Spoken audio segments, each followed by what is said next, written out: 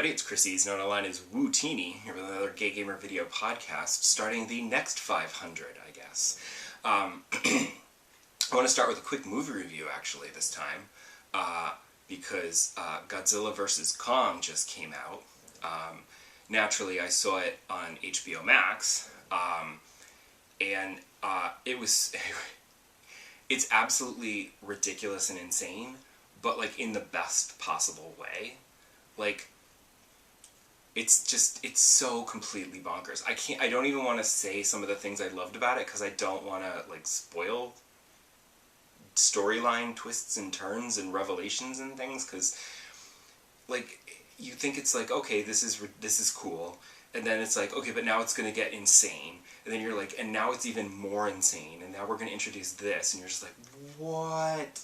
Like, they just went all in, and I just thought it was a delirious fun.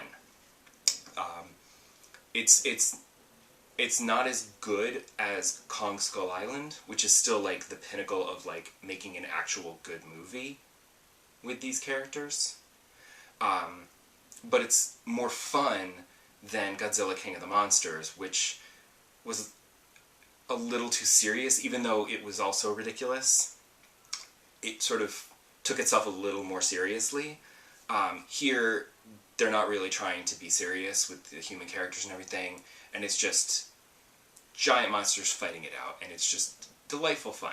I will complain, the comic relief trio of characters, I feel like they should have been cut in the script stage. They annoyed me every time the story cut to them. I was like, ugh. Can't we cut back to the other people, or the monsters, because these three are just, they're killing me. They're terrible. They're not funny. But I enjoyed it. I recommend it if you're a fan of giant kaiju monster movies. I do wish that I could have seen it on a big screen, not my TV. The surround sound helped, but a bigger screen would have been better. Honestly, IMAX 3D would have been ideal. So I hope that Warner's does release a 3D Blu-ray so that I can at least see it in 3D at home on a TV. But I'm not going to a movie theater for quite some time yet. I just, that's not happening for a while. Even though I did, last week, get my first vaccine injection. Very happy about that. I couldn't get it anywhere nearby me.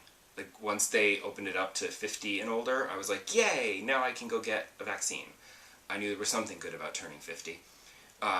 But then I went to try to go get it, and, like, there was, like, literally nowhere. Like, the Vaccine Finder website was of no help. They're like, click here to make an appointment. And they're like, yeah, and you click there to make an appointment, and they're like, we have no appointments. And I'm like, can't you sync this better so that it actually works? Because this isn't helpful. But eventually, after a few days of trying, almost a full week of trying, I posted on Facebook, and I was like, what the hell? How are you people all getting vaccine appointments? Because I can't get anything. Not even at, like, the big hubs.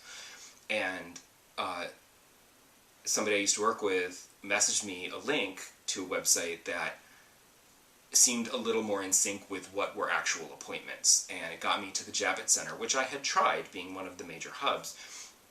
And I was very happy that I was able to make an appointment for, like, less than a week later. I made an appointment on Friday for the following Wednesday afternoon, and that was great. So, it sucked that I had to go all the way into the city to get my vaccine, but at least I was getting it. And they run a smooth-ass operations there, because it's one of the big government hubs, so there's, like, soldiers everywhere directing you into the lines and moving you. And, like, I literally, my husband's like, text me updates as you go, and because that's what he did when he got his. He kept texting me. He's like, okay, I'm about to get it. Okay, I got it. Okay, I'm waiting. Okay, I'm leaving now. But the first time I was able to text him an update was when I was sitting the 15 minutes before they let you go. Like, after I got the jab, because the line never stopped moving the whole way through. So I was like, okay. So I go back in a few weeks to get my second jab, and then I will be vaccinated, and hopefully everyone else will do the same thing, and we can start to go back to normal, because I would like to go back to the movies at some point. That would be great. Since I was in the city, I decided to take advantage of the opportunity, and even though it was a walked across town and up to Rockefeller Center so that I could check out the Nintendo World Store, sorry, Nintendo New York, I can't get used to that, to see what was what. I had to wait in line outside for a little bit, just a few minutes, because they're still not letting a whole lot of people inside at once, which is appreciated. They unfortunately did not have the Sanrio amiibo cards for Animal Crossing, which sucks. Although I don't know if it really does suck, because I'm not a huge Sanrio fan, and I don't really know if I want any of this furniture, or, like, I just would have liked to have bought a pack of cards. I'm not going to buy, like, a ton. I'm not going to try to collect them all. But I was going to buy one just out of curiosity, because it's an Animal Crossing thing, and I buy all the Animal Crossing things, so. Like, I don't care that they were out. It sucks, I would have liked to have bought one, but they're hard to find, they're very popular, and people are selling them for ridiculous amounts online, so it's like, no, I don't want them that badly. I did get this Dodo Airlines t-shirt that you could see, Dodo Airline, and that was all they had that I thought was cool. They had like a windbreaker, like a green windbreaker with a little leaf symbol on it. I already have a green windbreaker, that's fine. They did have a Dodo Airlines flight jacket that I was like, this is really cool. But it was like $80, and I'm just like, it's a lot of money for a jacket, and I don't know, and so I was slightly torn on that one. It was very cool, but it was also very expensive, and I wasn't sure I really wanted to treat myself to that. But I will buy Animal Crossing things, because I play it. It's my life. I play it every day. And, oh, I wanted to mention that it's Bunny Day again. Ugh, hate Bunny Day. And it's more annoying this time because at least last time when you were like trying to fish and dig up fossils and everything, you were getting all these eggs and you're like, I don't want eggs, but you did need the eggs to make the DIY recipes and whatever. So at least it was slightly useful. Now it's like, no, I don't want any of these eggs because no, like I've made all the DIY recipes. Because it turns out that this year they have added some new things. They're not DIY recipes though. It's a bunch of different Bunny Day items that you can get in the shop, and you just go to Nook's Cranny and buy them, which I guess is probably preferable to making new DIY recipes, since I probably wouldn't find those. Those are always really annoying and difficult. It's also cherry blossom time again, and I was actually super excited. Yesterday I shot down a balloon and got a cherry blossom recipe, which I was like, oh, because I'm never that lucky. Like, so everyone else gets all these recipes, and I'm like, how are you finding these? I shoot down balloons, and it's always useless It's always useless furniture or some bells, or maybe some clay.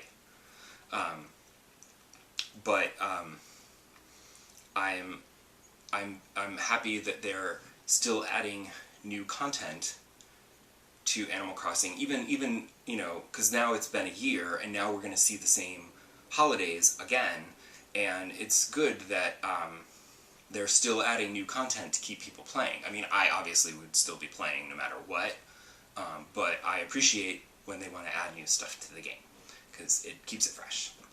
Speaking of updates, No Man's Sky had another big, huge surprise update, the Expeditions update. Sadly, this is another multiplayer update, so I'm not that interested. Basically, you can start a new game that starts you on the same planet as a bunch of other players, and you all team up to accomplish different tasks as you go on these expeditions to different planets and systems and whatever, and you just do stuff and get badges and get rewards and whatever. And that's really cool. I know a lot of people, when No Man's Sky came out, they were like, where's the multiplayer? I personally don't really like multiplayer games very much. I'm not really into them. I prefer to play my No Man's Sky solo.